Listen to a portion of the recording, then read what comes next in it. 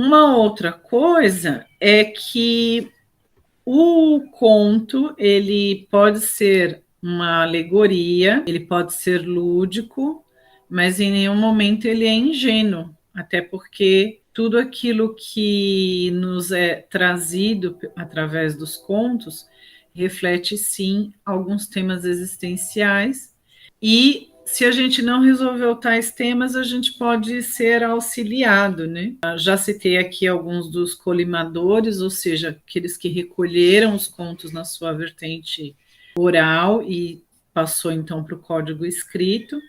Tem esse livrinho da Raquel Isadora que traz também a princesa Ervilha como uma princesa africana, que também é interessante de se pensar quando a gente trabalha com afrodescendentes, né?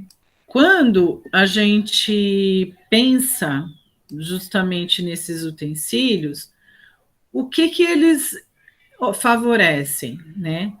Então, a gente pensava no questionário universal. O questionário universal a gente vai responder como, quanto, quando, onde, por quê e para quê. Então, para quê? Qual a minha finalidade, né, com esse conto? É autoconhecimento? Que essa pessoa responda de forma mais fácil?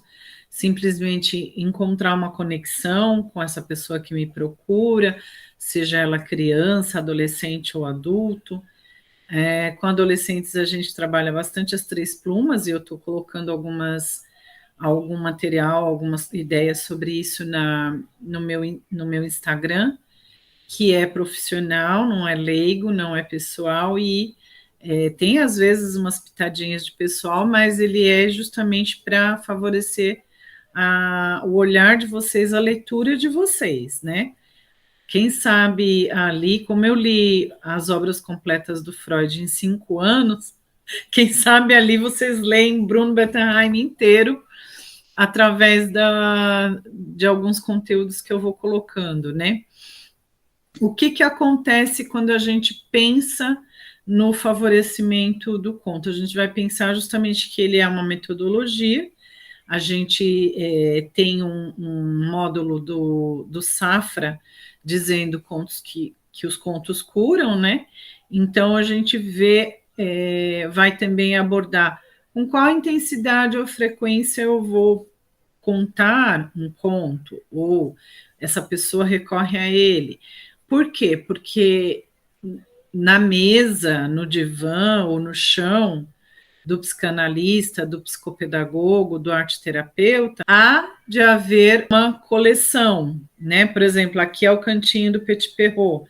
Esse cantinho aqui, quando eles pegam, não sei se vocês estão vendo a chapeuzinho vermelho ali, quando eles pegam e quando eles vão investigar, e alguns deles falam, hoje você conta tal história, Mari. Então, essa recorrência, né? Quanto essa pessoa recorre a tal conto, também é interessante. E com adultos, às vezes a gente não tem essa mesma generosidade da criança de ser tão sincero, mas às vezes o adulto te pergunta como era mesmo aquela passagem da história de fulana de tal que fez não sei o quê. Algumas coisas ficaram naquela pessoa. Então, essa recorrência, o quanto, né, que essa pessoa recorre a algumas metáforas também é interessante. Como que ela lida com o material? É uma recusa, né? Há uma defesa ou há uma solicitação? Na defesa, a pessoa fala, eu não gosto dessas coisas, daí é tudo história infantil, não estou nem aí para isso. Então, já há uma recusa, há uma defesa ali. E a defesa, se a gente pegar ao pé da letra, né, quando a gente pensa na palavra defesa, eu vou até ler aqui um trechinho bem pequenininho. Existe o vocabulário de psicanálise do Laplanche-Pontali. Lá no Laplanche-Pontali, a gente vai ver que defesa, ele coloca como algo tão gigante que, de alguma forma, a gente vai perceber é quase vamos chamar assim, uma aula, né? Só a palavra defesa. Eu vou ler aqui brevemente, ó, do inglês defense. significa em psicanálise o mecanismo inconsciente pelo qual o ego se dissocia de impulsos ou afetos sentidos como perigosos para a integridade do organismo. Isso pensando na psicanálise, né? Quando a gente pensa no mecanismo de defesa, esse mecanismo ele é justamente um mecanismo para tentar fazer com que a pessoa fique menos disponível para aquele tipo de agressão, né? O que seria o tipo de agressão? Agressão que só essa pessoa sabe e é por isso que ela formata aquela defesa, né? Quando essa pessoa fala, isso daí é uma, olha só, o mecanismo inconsciente pelo qual o ego se distancia de impulsos ou afetos sentidos como perigosos para a integridade do organismo.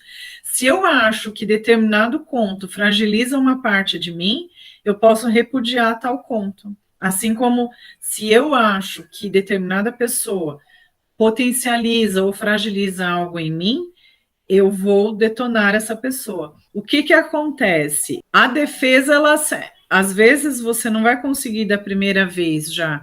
Ai, contei o conto e foi maravilhoso. Não, vai ter gente que vai dar de ombros, justamente porque é uma defesa, né?